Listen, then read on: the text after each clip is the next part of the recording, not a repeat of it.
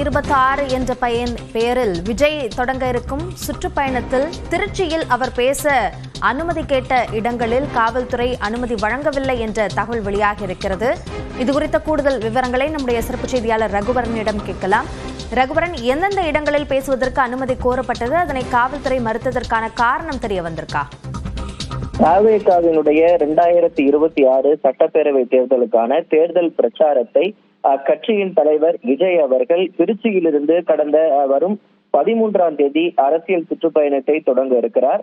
அவர் திருச்சியில் 2 இடங்களில் பேசுவதற்கு திட்டமிடப்பட்டிருக்கிறது. ஒன்று புறநகர், ஒன்று திருச்சி சிட்டிக்குள்ள பேசுவதற்கான அனுமதிகள் இன்று கேட்கப்பட்டது. அதில் அவங்க கேட்ட இடம் பாத்தீங்கன்னா திருச்சியின் சத்திரம் பேருந்து நிலையத்துல தாவேக தலைவர் பேசுவதற்காக அனுமதி கேட்கப்பட்டிருக்கிறது. குறிப்பாக டிவிஎஸ் டோல்கேட் பகுதியிலிருந்து ரோட் ஷோவாக ஊர்வலமாக வந்து மரக்கடை வழியாக சத்திரம் பேருந்து நிலையத்தில் அவர்கள் பேசுவதற்காக அனுமதி கேட்டிருக்கிறார்கள். ஆனால் ஒவ்வொரு மாவட்டத்திலும் இந்தந்த பகுதியில் மட்டும்தான் அரசியல் கட்சி தலைவர்கள் பேசுவதற்கு அனுமதி என்று ஏற்கனவே வகுக்கப்பட்ட பகுதிகள் இருக்கிறது. அந்த வகுக்கப்பட்ட பகுதிகளில் பாத்தீங்கன்னா இந்த சத்திரம் பேருந்து நிலையம் பகுதி வரல.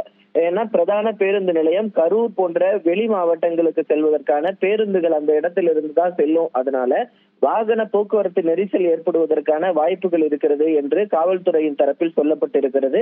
அனுமதி ஏற்கனவே கொடுக்கக்கூடிய இடங்களில் வேணால் பரிசீலனை செய்யலாம் என்று காவல்துறையின் சார்பாக தெரிவிக்கப்பட்டிருக்கிறது.